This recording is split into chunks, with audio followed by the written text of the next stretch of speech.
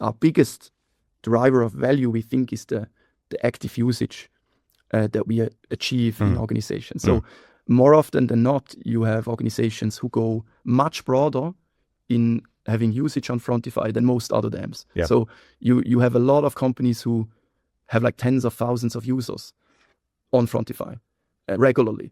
And I think this has always been in the nature of what we're doing, because it was more about the brand itself, right? It was more about like every employee needs to understand what the brand stands for. So every employee needs to have the tools and the guidance to be on brand.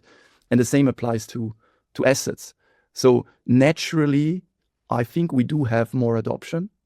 That's also what we get confirmed with some of our customers.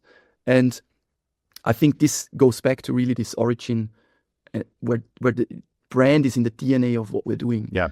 And DAM is a very important piece, but it builds on top of this idea. Yeah. And I think that's why I think the main differentiation here is adoption.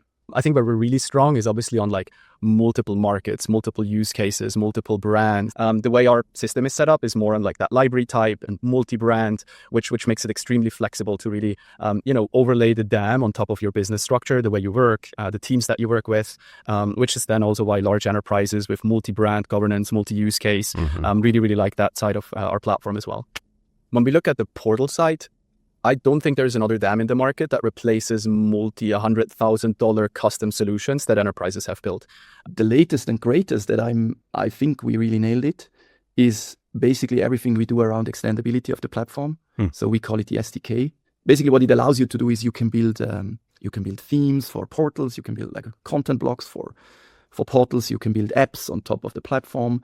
There's also an API for sure, but I'm more talking about this extendability of the platform. So you can bring in other functionality in a native way into the product. The whole idea behind this is that with the rise of AI tools, what we believe in is that there will be an ever-changing landscape of AI tools, right? And we believe that customers, every customer will choose their own. But their big challenge right now is they have like a wild, wild west in the way people are using these AI tools, right? Yeah.